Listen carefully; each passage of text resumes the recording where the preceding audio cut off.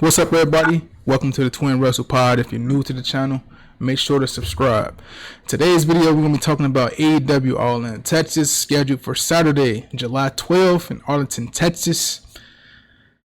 This pay-per-view has 8 matches on the main card and 2 additional matches added as of yesterday's collision on the 0 Hour Kickoff show. We're going to jump into those matches to kick us off.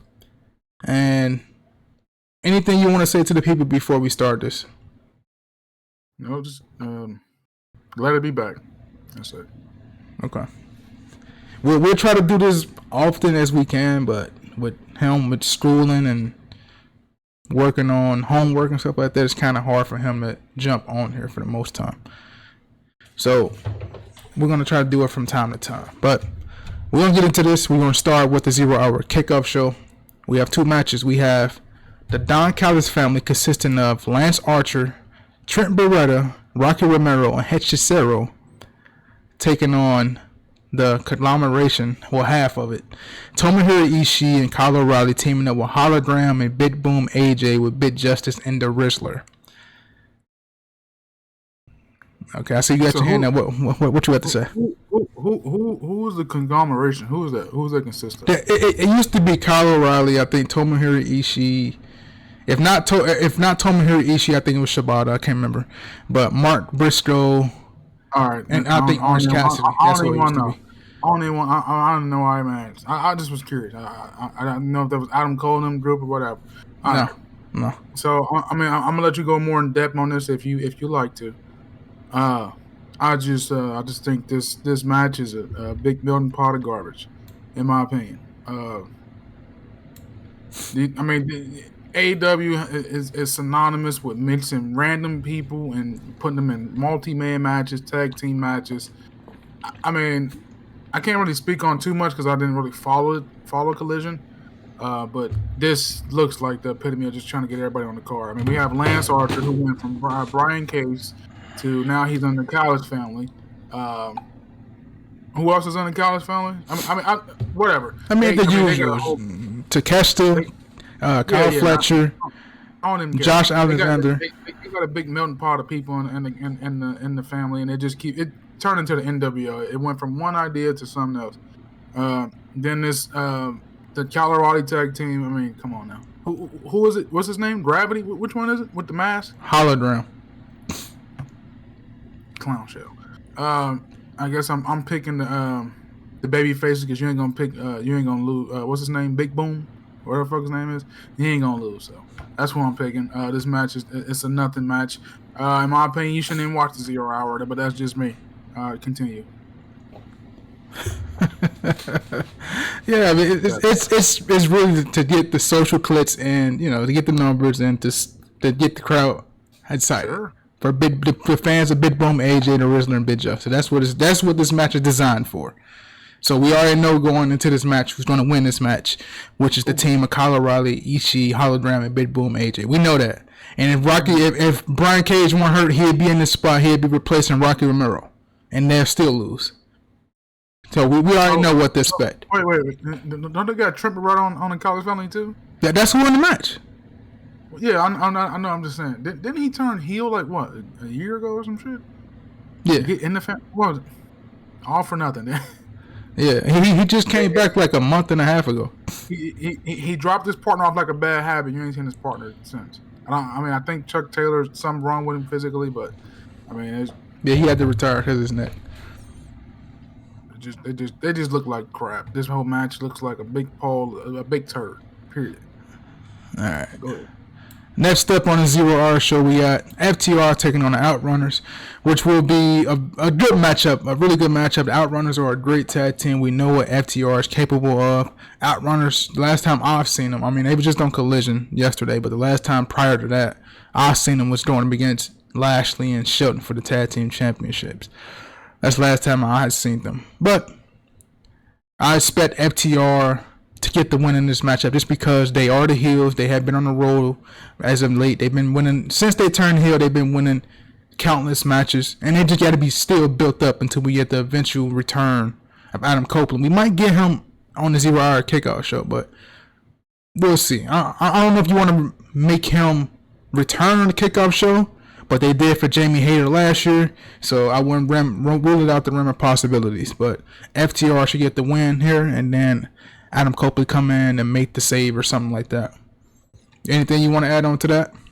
I just want to say I think this match is a nothing match. Again, another example, just getting as many people on the card as possible, which is okay because WWE does the same thing, which is fine, whatever.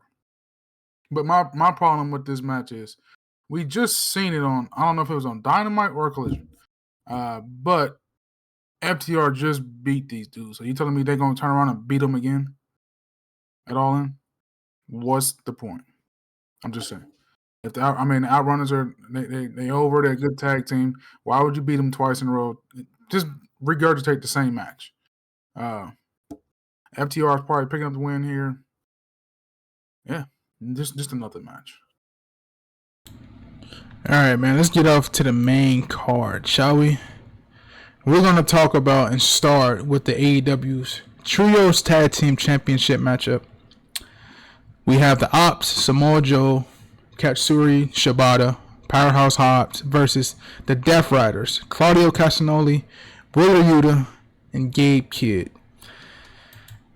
Now, at Double or Nothing, an Anarchy in Arena match, we've seen the appearance of Hook, who we ain't seen since he had his concussion symptoms, when he had his concussion in the ring and he was thrown up after the matchup. And he was forced to be taken off TV, and then Powerhouse Hobbs took his spot. And they eventually won the Trio Championships. And when he came back at Double or Nothing, Anarchy Arena, he helped Samoa Joe at a point in time in the matchup. But you can see with the expression on his face that he wasn't too happy about that. Like he wasn't like happy-go-lucky to be back. And all he can do with Samoa Joe is look at it like with disgust and shake his head and just bounce. Now, Samoa Joe had this championship that only probably had him for what? Maybe 2.5 months, maybe 3 at this point now. This match is kind of hard to predict, but if we going with the predictable route of Hook going there and costing the Ops the matchup just because you got to get that story with him and Samoa Joe, you got to go with the Death Riders retaining the championship here. I mean, winning the championship here and becoming a new Trios Tag Team champs.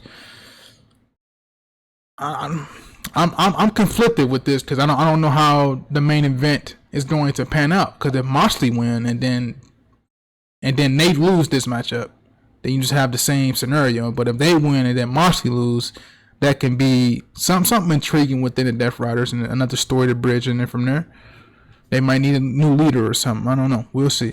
But I'm gonna just still stick with the Death Riders, man. Who you going with? I'm gonna go with the Death Riders. Okay. Who is it? Willa Yuta and what the hell that big ass dog doing there? Willa Yuta and Cesaro and Gabe Kidd. Gabe Kidd. If anybody could take the pinfall in this match, it's just gotta be Yuta for that team and Shibata for the other team. Well, I wouldn't say Shibata. I'll probably say Joe.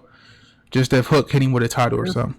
So I don't think Hook's going heel. It doesn't really make sense. I don't know. It's gonna be a good match. We know that. Yeah. It's just I'm just tired of the Death Rider stuff. Yeah. I mean, other than that, got nothing else for it. Honestly, I mean, it's gonna be a good match. It's just more the same, really. Yeah. I mean, there's no other teams to put in these mixes. When you okay, so you go back to the Death Riders, then what? You know what I mean? It's always what's next. What are we gonna do? There's no other trios. You know what I mean? What are you gonna do? The Hurt Syndicate? Go for the. It just, I mean, I don't know. So, but I'm going with the Death Riders. We'll see.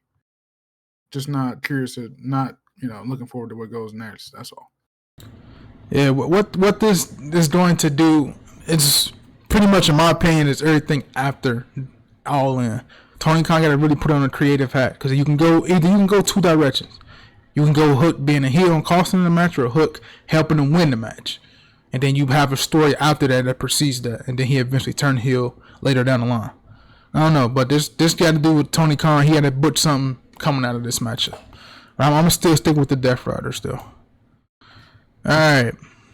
Now we have the women's Casino Gauntlet Battle Royale, right? The first two to qualify, we know Chris Statlander is at 1, and Megan Bain just won Fatal 4-Way on Dynamite, and she will be number 2. There haven't been no other entries named in this matchup. But it's 21 women. We can expect maybe... There has been rumors that AEW have been interested in Isla Dawn. So maybe she enters this Battle Royal. But you have Deonna Purrazzo, you got Tekla, you got Queen Aminata, you got Hikaru Shida we haven't seen in a very long time. Britt Baker might make an appearance. That's already 6 women added onto these other 2. You know, Penelope Ford, Anna Jay, Ty Mello, like, there's very slim pickings. It's probably their whole roster. Taya Valkyrie, you know what I'm saying? It's probably their whole roster. So I don't think you're going to see too many surprises. You still get Willow Nightingale, you know what I mean? I don't think you're going to see too many surprises.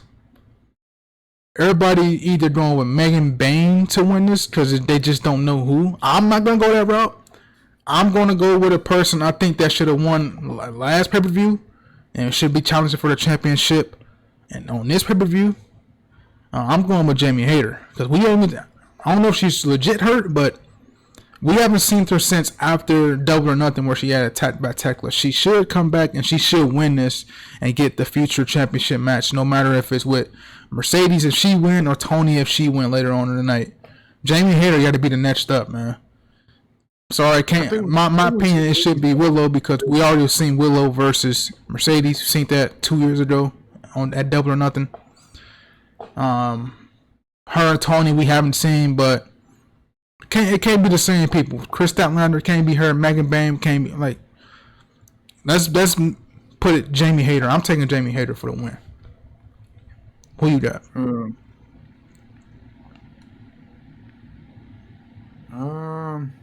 I don't really know who was all in this thing. They ain't announced everybody in there. You just got to go based off their roster, really. Well, as far as surprises, you may see Ruby Soho back. She may come back. You mentioned Isla Dawn. I think they were interested in Dakota Kai, but I'm not sure about her 90 days yet or not. And then probably some woman from TNA or something. But I don't know. I mean, what they get a future world championship match. Mm-hmm. I'm gonna go Jamie Hayter too. Copy bitch. Megan Bain's too obvious. Unless if Tony Storm wins, then I guess you got to run that back. I'll go Megan Bain. I'll go Megan Bain. All right, man. That's our picks for the women's Grand Gauntlet Battle Royal matchup. I got Jamie Hayter, man. I think she ain't get her fair shake at Double or Nothing, man. All right. Oh, or Athena. One of those two. Who? It's in Texas. Yep. Willow? You want Willow? No, Athena. Going Athena? Yeah, I forgot. I hope she in there. It'd be a disservice if she's not. Especially if Mercedes wins later in the night, I'm taking Athena. All right, say less. I forgot all about Athena, but that's a good pick. All right. Next up, we got the TNT Championship match. Adam Cole defending the TNT Championship against Kyle Fletcher. Now, man, the TNT Championship really ain't been on the same par, for real, since Christian lost it, to be honest. I mean, Adam Copeland beat him, but before Adam Copeland had it, Christian was killing with the TNT Championship, bro. I'm just be straight up with you. Like, everything he was doing, being in main event matches with the TNT Championship, matches against Darby. At this point, the TNT Championship is not even on the same level that it used to be at all. There's no fault to Adam Cole. The fans just very cold on him. It's so bad to the point now where the TNT Championship is literally just subjected to collision if you really peep game. Like, every match they have is Every segment they have for the most part is 95% on Collision, not even on Dynamite now. So in order for them to get their TNT Championship back to a prominent position, I don't know. I'm not going to say Kyle Fletcher's going to help it because it's all going to come down to booking. But Kyle Fletcher should be the guy to beat Adam Cole and become the new TNT champion. He's the guy they're building for the next mantle up. He's been in all these matches with Swerve. You seen him fight Swerve. You seen him fight Will Ospreay a couple times. You know what I'm saying? He's been in there with the top dogs, bro. So I'm taking Kyle Fletcher. I think it's a no-brainer. Who you got? Kyle Fletcher for the win. I just think that the TNT title has just been I don't know, book terrible. Tony Khan his style of booking is gives a lot to be desired. He's like hot or cold. Like sometimes I don't think he's booking the stories. I think it's more the talent. You know what I mean? Which is probably to the detriment of the show sometimes, because as you know, he likes to put on 5-star matches. That's the kind of wrestling he likes, which is cool. But I mean, this title has just fallen from grace. You know what I mean? Like it is died of death. It's supposed to be like, Cody Rhodes introduced it being like, like a I ain't gonna say a workman's title, but a workman's title in a sense. It wasn't gonna be the main. It wasn't gonna be the world title, but we've got Daniel Garcia held this title, right? Daniel Garcia. People like Daniel Garcia, but the title reign was just bland. Adam Cole. People love Adam Cole, but the title run is just bland. It's the title doesn't make the person. The person make the title. A lot goes into that. You can blame each talent, which is, and a lot of blame got to fall on Tony Khan. But when you mention Christian, that's just a veteran talent, knowing how to read the audience and, you know what I mean, like book a story behind it. So hopefully Kyle Fletcher can do something with the title. We'll see. That's what I'm picking to win it. That's what I'm taking. And maybe out of this we get that finally that what is his name? Callis family. You just said it earlier. Who? Kyle Fletcher? No, the other one. Takeshita? Yeah. Maybe we get a feud between them two for the TNT title. And finally he gets, and maybe he gets that first singles championship in AEW. Maybe.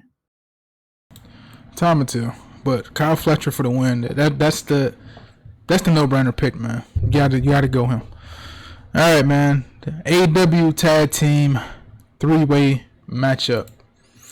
We have the Hurt Syndicate and Bobby Lashley, Shelton Benjamin defending their AEW Tag Team Championships against the team Speedball Mike Bailey, Kevin Knight, Jet Speed, and the Patriarchy, Christian Cage and Nick Wayne.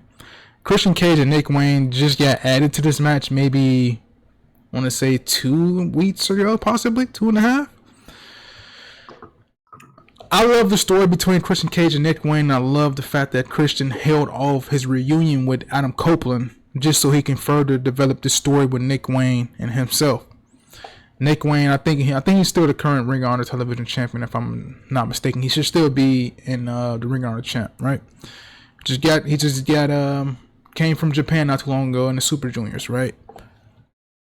But I love this further development story between him and Christian. It goes back ever since Christian lost his contract at Revolution. Like you can see the little hints that they throw every once in a while, the little jab they throw every once in a while at each other about when Nick Wayne telling Christian when they stick to the plan, good things happen, and Christian trying to bring him under his tutelage and shit like that. Like subtle hints and subtle digs and subtle shots at each other and shit. You can see the patriarchy crumbling in a sense, right? And we are all going to get to that eventual match with Christian and Edge, Christian and Adam Copeland reuniting and going after the tag team championships, right? So we see that coming. The team of Jet Speed, Mike Bailey, and Kevin Knight. I get it, right? Mike Bailey, Kevin Knight, 2 guys they're pushing to an extent. But they're just this is my problem with the whole AEW Tag Team Championship scene. I don't take none of these people serious when going against the Hurt Syndicate. Bobby Lashley and Shelton Benjamin have proven to be a great team. Proven. And when you put the championships on those guys, you got to have a formidable team that's actually believable to beat those guys. Now, I will say this. The caveat about the situation is it is a three-way match. Meaning if any time to take the championships off the Hurt Syndicate, this would be the perfect matchup to do so outside of a fatal four-way tag team.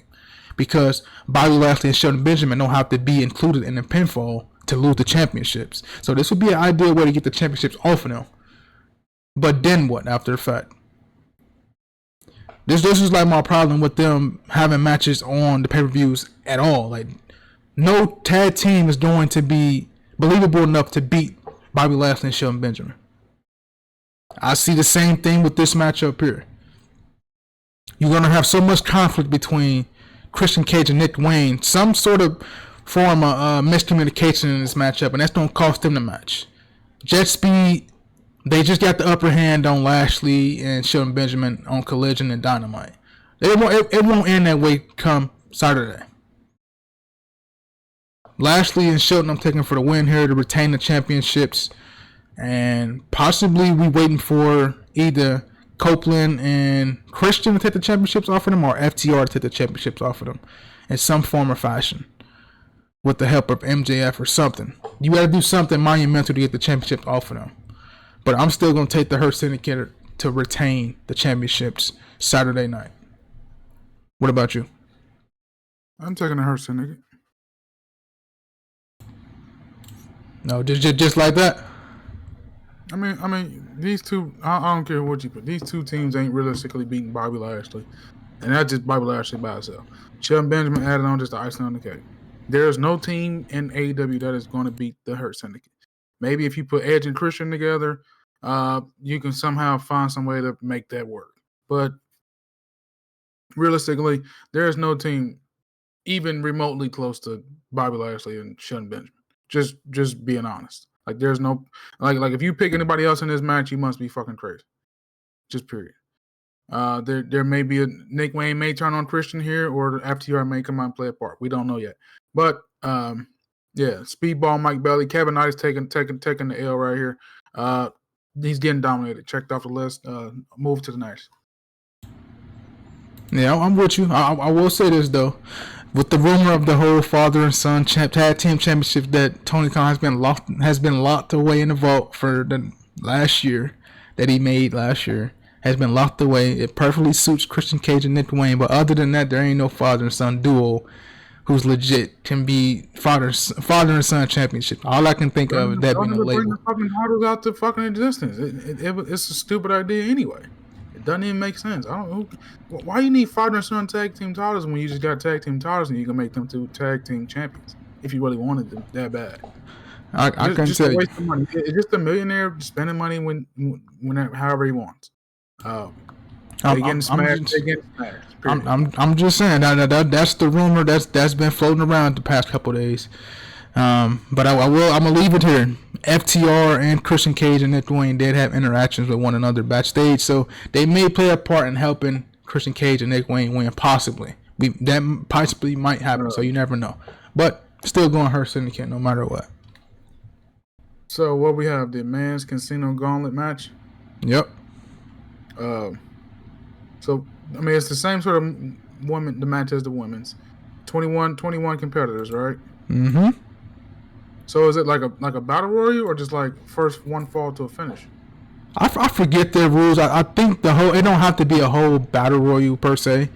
I thought it was just one fall to a finish, which it can be at a certain point. Yeah, it's probably gonna be like another anarchy. I mean, I'm curious to see how it goes. But number one, we got Mark Briscoe, and then number two, we got MJF. So those are our first two entrants, and then from there it just trickles down. Yeah, Mystico been added, Brody King been added, Bandito been added, and Ricochet has been added. That's cool. I mean, there's 21 people in it. I mean, yeah, that's 6 slots already. That's 6 slots already filled. But go ahead. That's cool. I mean, yeah, but the people that they won on the card gonna be in this match. As far as who wins, don't know. None of these guys in this match. Everybody else that's AEW World Championship worthy is already competing on the show. Ospreay, Strickland, Hangman. If there's nobody like a Bryan Danielson in his match or something like that, I really honestly don't care. So I mean, I'm just gonna go MJF, which I don't think he's gonna win anyway. But I'm just gonna pick him because I don't know who else is in this freaking match. Yeah, I mean, I'm just being honest. Like you can't, I can't. Ricochet, nobody takes him serious. But why would he be a world champion? Sin Cara, come on, let's be serious. Mark Briscoe, come on, like, you know what I mean? If it ain't like Wardlow or somebody like, even Wardlow, I mean, he can't even take him serious no more. I mean, you know, I at this point, you just don't know. Everybody that's world championship worthy is already competing on the show. That's why I'm like, what's the point of this match? I get the point. You know what I mean? Like they're crowned number one contender, but realistically, who can you put in this gauntlet match that's going to face Hangman or either John Moxley? I mean, let's just be real. You know what I mean? So everybody, I mean, I don't know. So I'm just going to pick MJF just for the fun of it, but I don't think he's winning. Honestly, I think it may have something to do with him and Mystico, but we'll see. I just want to add one more thing. It just goes to show that Tony Khan has done a terrible job of building, you know, even a mid card or like, you know what I mean? Like, other than Kenny Omega, Swerve Strickland, Hangman Page, John Moxley, obviously, right? He just doesn't do well at building characters. You know what I mean? I mean, you gotta give him credit for Kyle Fletcher though. They are building him really, really well. Give him credit. Again. I hear what you're saying, but he's not in this match, right? All right, so that's my point. That's what I'm saying. Again, he's failed to build up more people to put in this particular match here that we can realistically see as a world champion. If it ain't Darby Allin or something, all right, you know what I mean? MJF, Darby Allin is a ghost pick, but other than that, man, I just don't know because there's nobody built up. You know what I mean? That's all I'm saying. They just got to do better at building more characters. That's all. All right. Well, my take on the matchup. I'm not taking MJF. I don't think MJF is going to win this matchup. Even though he's the number one entrant, I don't think he's going to last that long per se, right? I believe there will be a multitude of returns in this matchup. One, Eddie Kingston, right? Everybody throws Eddie Kingston out because he got hurt last year. Tore his knee all up. So the timetable for him to come back can be now. So I wouldn't be surprised if he make a return in this matchup. And a lot of people are taking him, but I'm not going to take Eddie Kingston. He's going to be a wonderful addition to return in this match, a wonderful surprise. But I'm not taking Eddie Kingston. Another surprise I think that may happen. I think Orange Cassidy might come back. I know either he tore his tricep or something in that Fatal 4-Way they had back in like October or somewhere in there, October, November, September, somewhere in there. And he's been out ever since then. So timetable, couple months, I think triceps maybe 6 to 7 months, give or take. He could make a return. I'm just throwing him out there. He probably won't make it, but I'm throwing him out there. And another return, this is gonna be my pick, but another return I think will be Jay White. Wayne St. 60s, I think he either broke his hand or something like that a couple months back before the Continental Classic because he was supposed to be in there, but he got hurt. I'm taking Jay White. I'm going to take Jay White because he's got history with both guys in the main event, whether it be Moxley. He lost to Moxley. He lost to Hangman. He lost to Hangman in the one-on-one matchup when they was going back and forth before he got hurt.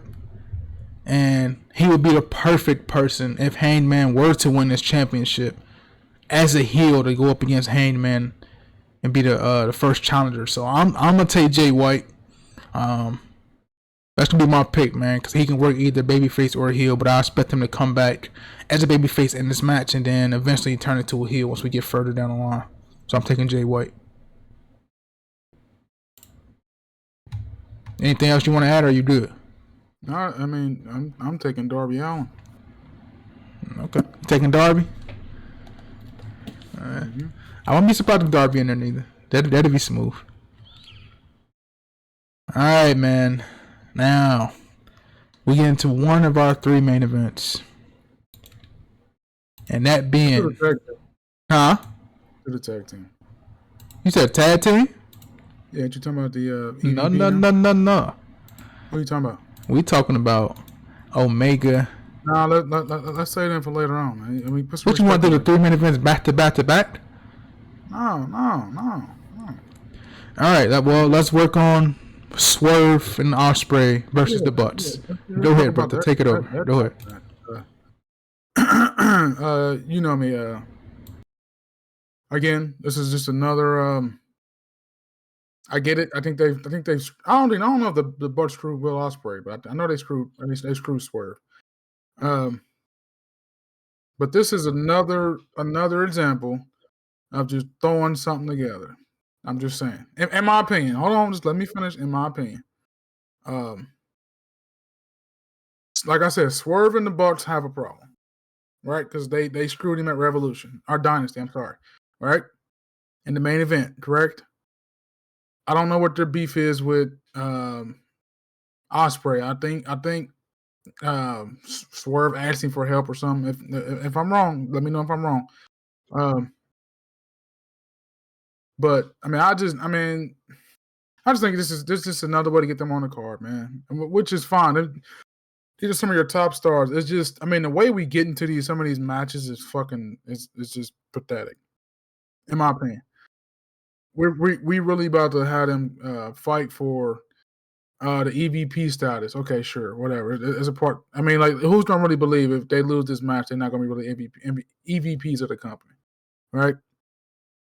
And then if the Bucks win, they can't challenge for the world title for a year. Which okay, it could work, but then what? So what's the pick here? Is he going to take the EVPs to win, and then they can't Swerve or Ospreay can't challenge for a year? Maybe, I guess. But then what? So I don't know. I'm taking you can go out of this. I'm going to take the heels. I'll take the heels here. This is a babyface card, so I'm going to take the heels. Okay. First of all, I disagree with your sentiment that this match don't make sense. Because the Butts came back, screwed Swerve out of the championship at Dynasty. Which I said. Right? So that's Swerve's issue with them already, correct? Which I said, go ahead. That's fine. And then we get to Double or Nothing, where Hangman beats Ospreay for the right to challenge for the world championship at All In, correct? Okay. Then we get to that wonderful segment on Dynamite the following week with Swerve, Hangman, and Ospreay. Well, Ospreay admits to Swerve that the guy who was coined to lead AEW has always been Hangman. Ospreay thought it was him, he was wrong. Swerve thought it was him, he was wrong. And then he told Swerve that the only way we're going to come down, only way we're going to erase everything the Death Riders have done and keep the Butts out of everything is if we work together and take down the Empire. Right? Which is the Death Riders and the Young Bucks, since they colluded with one another. But Swerve didn't want to go with that, correct? So then we get the match with Swerve and Ospreay on Dynamite, and the Butts came out there. So that persists to bring an issue with Ospreay and the Butts. So that's why we have Swerve and Ospreay going against the Butts now, right? So now, hence, we have the tag team match. So it's all making sense. It all goes into one. Now the stipulation is if the Butts win, Swerve and Ospreay can't challenge for the world championship for a year. It works in this sense because remember when Cody did it when he fought Jericho for the championship? He made it to where he can't challenge for the AEW World Championship at all if he loses. And that screwed him in the end because the only thing he was able to challenge for was the TNT Championship or maybe a Tag Team Championship. So that screwed him. This works in a sense that both Ospreay and Swerve can go into other storylines, or maybe another storyline with one another, where Swerve goes back heel and he goes after Ospreay, blaming Ospreay for if they do lose. So you have Ospreay and Swerve going at it once again, and you build a couple matches with them too. Then a year lapsed, then they go out to the championship, so forth and so forth. But this gives Tony Khan an opportunity to book different characters to come up into that main scene and challenge Hangman. We all know the term. You don't know when someone got until you put them in the main event spot. So this is the chance to develop your roster. Is if Swerve and Ospreay do lose, that'd be a chance, right? Now let's get to the matchup. Who are you taking? I am going to take. Just because you can't have a happy ending on everything, I'm gonna go with you. I'm gonna take the Bucks. You picking Swerve and Hangman and Swerve and what's that match? I'm gonna take the Bucks. I knew it. I'm gonna take the Bucks. No, you don't piggyback. Don't piggyback. How's that piggybacking? No, I don't want to hear that shit. Ain't that what you told me? Don't piggyback. How's that piggybacking? What do you mean? How's that piggybacking? I picked them first. Whatever. All right. Well, I'll take Swerve and I'll take Ospreay. How about that? So next we got the AEW Women's World Championship. I mean, you want to start? Or you want me to go? Go ahead and go. I got the cast iron ready. Go ahead and go. So Miss Banks, formerly known as Miss Mercedes Monet. She's not formally known as that. Wink, wink. I'm kidding. Have some respect. It's all sarcasm. Knock it off, Mr. Calm Have down. some damn respect, man. You know you acting like Miss CEO. Okay, Miss CEO. I love Mercedes. Okay, as an in-ring worker, whatever. But her with all these championship titles, it doesn't make the championships mean more, in my opinion. She just walks around with a bunch of titles. See, the difference, Kenny Omega did that, right, in 2020, right?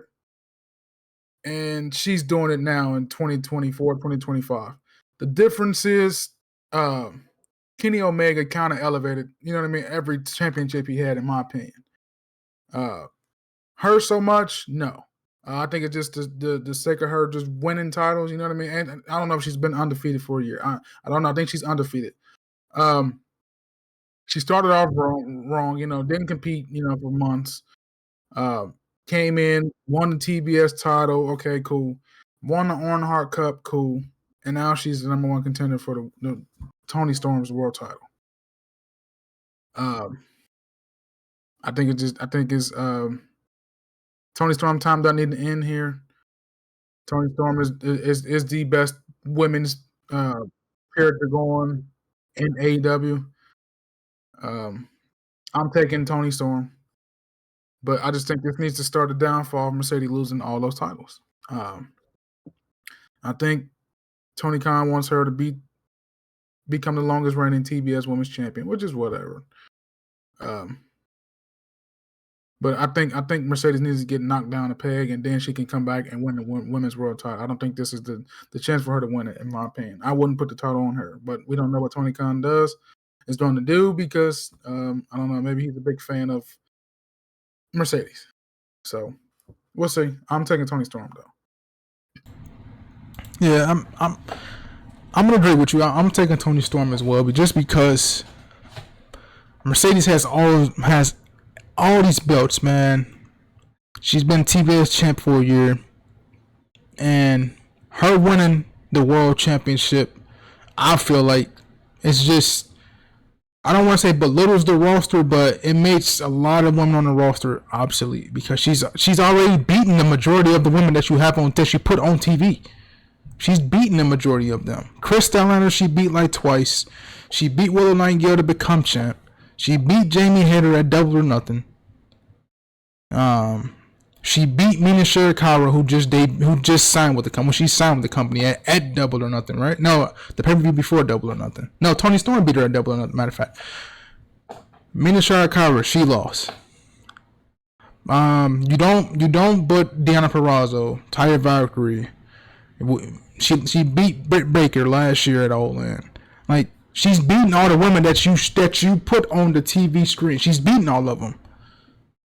Besides the heels. She don't interact with no other heels. We haven't seen Camille since October. Right? So that's another person that we haven't seen. I feel like if she gets the world championship, it's just like you get the visual of her holding all the championships, which is, with all due respect, completely, utterly, and ridiculous for her to hold all those championships. It's ridiculous. I just feel like with the character work Toni Storm has been doing, she's been carrying this company. She's been the best character. If not her, it's been Hangman. She's literally been the soul of AEW. And all the work she has done with that championship to put so many eyes on that women's division. I feel like you don't need to take the title off for Toni Storm here. You shouldn't take the title off Toni Storm here. Mercedes, like that exchange they just had on Dynamite, Toni Storm just ripped her a new one. Right? And that's not Mercedes' strong suit. We know that her promos are not the strong suit, but I just feel like if you have Mercedes win here, man, it just belittles the women's division. Because she don't beat everybody. She beat Athena, the Ring of Honor Women's Champ. You know what I'm saying? She beat Billy Starks. Like, she beating all these women, man.